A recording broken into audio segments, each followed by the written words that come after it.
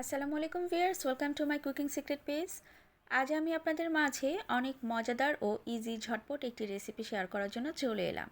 আজ আমি আপনাদেরকে রান্না করে দেখাবো চিকেন বিরিয়ানি। রাঁধুনি রেডিমিক্স বিরিয়ানির যে মশলা আছে সেই মশলাটা দিয়ে। এটা কিন্তু খুবই ইজি একটি প্রসেস। তো ভিউয়ার্স, চলুন আর দেরি না করে চিকেন বিরিয়ানি রান্নাটা স্টার্ট করে দিই।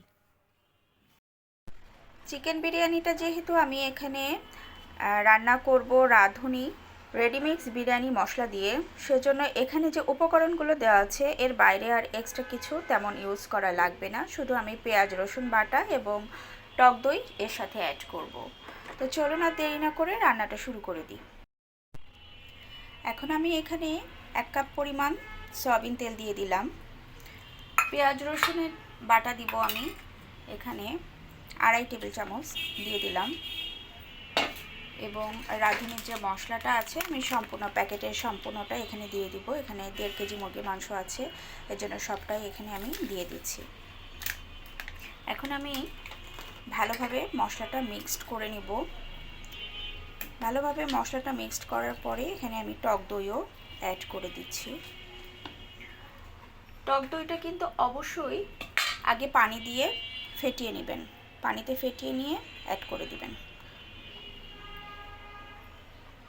তারপরে হাতে মেখে আমি 10 মিনিটের মতো রেখে দিব, তারপরে রান্নাটা স্টার্ট করব। 10 মিনিট পরে আমি চুলাটা অন করে দিয়েছি এবং 1 চামচ লবণও এখানে দিয়ে দিচ্ছি, এবং এভাবে কিন্তু এটা এখন কুক হবে। এবং যেহেতু টক দই দেওয়া আছে, রান্নাটা কমপ্লিট হতে কিন্তু খুব বেশি একটা সময় লাগবে না। বিরিয়ানির মাংস রান্নাটা কিন্তু প্রায় শেষ পর্যায়ের দিকে, তো এই জন্য এখন আমি একটু এখানে 1 চামচ পরিমাণ চিনি অ্যাড করে দিচ্ছি। দিয়ে এখন এটা নেড়ে চেড়ে দিব, দিয়ে ঢেকে দিব।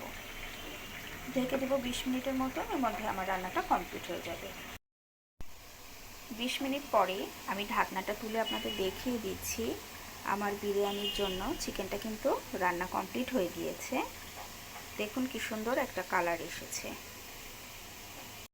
পোলাওটা রান্না করার জন্য আমি প্রথমেই পেঁয়াজ বেরেস্তা করে নিয়েছি, এবং যেই তেলে আমি পেঁয়াজ বেরেস্তা করেছি সেই তেলেই কিন্তু আমি বাকি পোলাও রান্নাটা কমপ্লিট করব বিরিয়ানির জন্য। তো প্রথমেই আমি পেঁয়াজ কুচি দিয়ে দিলাম।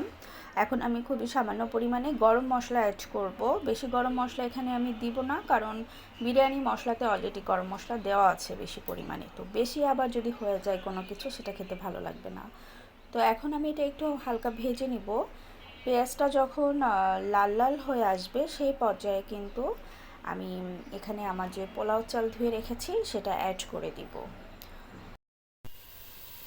পেঁয়াজটা যখন এরকম লাল লাল হয়ে আসবে, এই সময় আমি ধুয়ে রাখা চালটা দিয়ে দিলাম। চাল কিন্তু অবশ্যই পানি ঝরিয়ে নেবেন, তাহলে চালটা ভাজা ভালো হবে।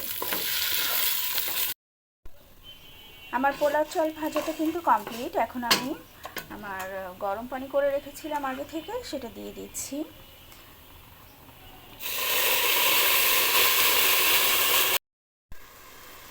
নর্মালি পোলাও রান্না করতে যে পরিমাণ চাল দেওয়া হয় তার দ্বিগুণ পানি দিবেন, কিন্তু যেহেতু এখানে আমি বিরিয়ানির মাংস এবং মাংসের সাথে ঝোল আছে ওটা অ্যাড করব, তো চালটা হাফ সিদ্ধ হওয়ার জন্য যতটুকু পানির প্রয়োজন 1 পট মতন পানি দিয়েছি, এবং একটু আমি এখানে সামান্য লবণ মিক্সড করব।